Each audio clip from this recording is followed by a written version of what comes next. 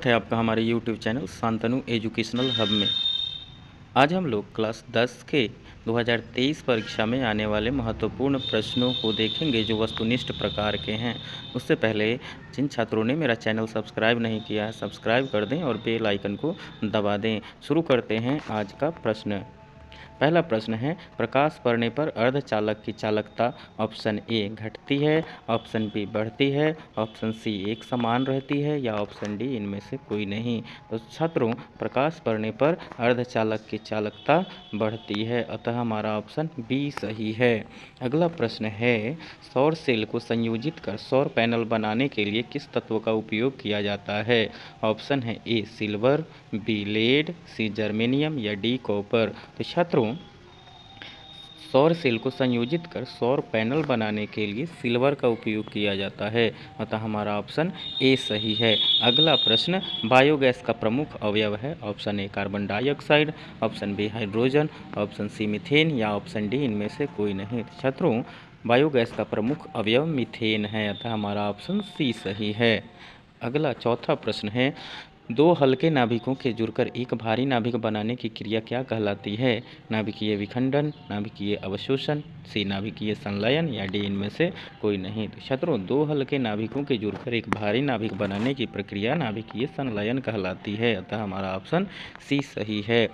अगला प्रश्न, पृथ्वी पर ऊर्जा का मुख्य स्रोत है? ए चंद्रमा, बी लकड़ी, सी पानी या डी सूर्य। छात्रों, पृथ्वी पर ऊर्जा का मुख्य स्रोत सूर्य है, अतः हमारा ऑप्शन डी सही है। अगला प्रश्न है, जल विद्युत स्रोत विद्युत का कैसा स्रोत है? ऑप्शन ए अनवीकरणीय, दूसरा नवीकरणीय, तीसरा प्रदूषण मुक्त या चौथा बी और सी दोनों। छात्रों, जल विद्युत स्रोत नवीकरणीय के साथ साथ प्रदूषण मुक्त स्रोत भी है, अतः हमारा ऑप्शन डी सही है। सातवां प्रश्न, निम्न में किसका अर्थ जल होता है? Option A petro, option B turbo, option C nitro या ऑप्शन डी हाइड्रो। छात्रों, हाइड्रो शब्द का अर्थ जल होता है, अतः हमारा ऑप्शन डी सही है। अगला प्रश्न, नाभिकीय विखंडन को नियंत्रित करने में प्रयुक्त होता है? ऑप्शन ए लोहे का छड़, ऑप्शन बी कैडमियम का छड़, ऑप्शन सी स्टील का छड़ या ऑप्शन डी एल्युमिनियम का छड़। छात्रों, नाभिकीय विखंडन को नियंत्रित करने में कैडमियम का छड़ प्रयुक्त होता है, अतः हमारा ऑप्शन बी सही है। अगला प्रश्न है, कार्य करने की क्षमता कहलाती है? ऑप्शन ए दाब, ऑप्शन बी बल, ऑप्शन सी शक्ति या ऑप्शन डी इनमें से कोई नहीं। छात्रों, कार्य करने की क्षमता ऊर्जा कहलाती है, अतः हमारा ऑप्शन डी सही है, इनमें से कोई नहीं। अगला प्रश्न, निम्न में कौन सा ऊर्जा स्रोत सौर ऊर्जा का व्युत्पन्न नहीं है, अर्थात सौर ऊर्जा से संबंधित नहीं है? ऑप्शन ए भूतापीय ऊर्जा, ऑप्शन बी पवन ऊर्जा, ऑप्शन सी नाभिकीय ऊर्जा, ऑप्शन डी जैव मात्रा। नाभिकीय ऊर्जा सौर ऊर्जा से संबंधित नहीं है, अतः हमारा ऑप्शन सी सही है।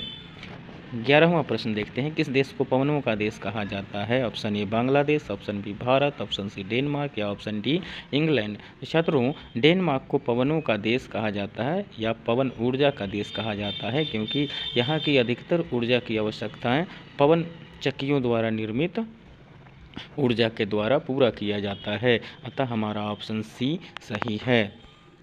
12वां प्रश्न देखते हैं, पवन ऊर्जा उत्पादन के लिए टरबाइन की चाल बनाए रखने के लिए पवन की चाल होनी चाहिए? ऑप्शन ए 5 किलोमीटर प्रति घंटा से कम, ऑप्शन बी 10 किलोमीटर प्रति घंटा से कम, ऑप्शन सी 15 किलोमीटर प्रति घंटा से कम या ऑप्शन डी 15 किलोमीटर प्रति घंटा से अधिक। तो छात्रों, टरबाइन की वायु पवन की चाल 15 किलोमीटर प्रति घंटा से अधिक होनी चाहिए, अतः हमारा ऑप्शन डी सही है।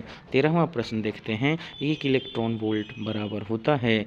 ऑप्शन ए 1.602 गुना 10 का पावर 6 जूल, ऑप्शन बी 1.602 गुना 10 का power -19 joule, option C A और बी दोनों या ऑप्शन डी इनमें से कोई नहीं। तो छात्रों, 1 इलेक्ट्रॉन वोल्ट 1.602 गुना 10 का पावर -19 जूल के बराबर होता है, अतः हमारा ऑप्शन बी सही है।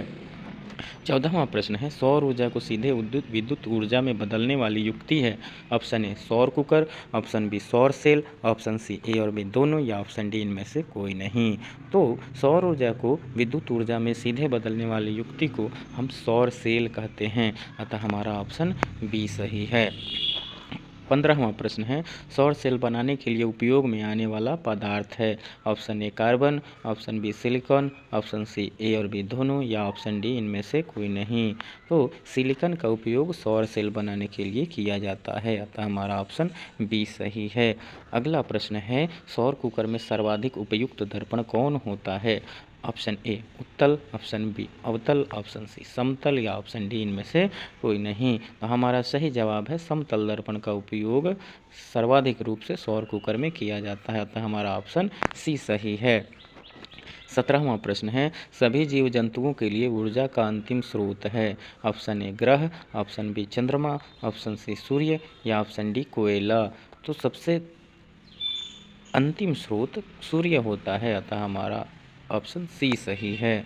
18वां प्रश्न, बक्सनुमा सौर कुकर में 2 से 3 घंटे में अंदर का ताप हो जाता है। ऑप्शन ए 0 से 100 डिग्री सेल्सियस, ऑप्शन बी 100 से 140 डिग्री सेल्सियस, ऑप्शन सी 140 से 200 डिग्री सेल्सियस, या ऑप्शन डी 200 से 1000 डिग्री सेल्सियस।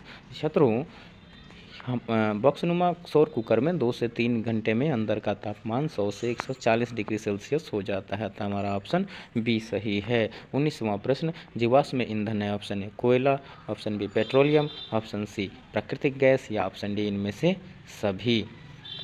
छात्रों, ये सभी जीवाश्म ईंधन के प्रकार हैं, अतः हमारा ऑप्शन डी सही है। 20वां प्रश्न है, नरौड़ा परमाणु विद्युत संयंत्र किस राज्य में स्थित है।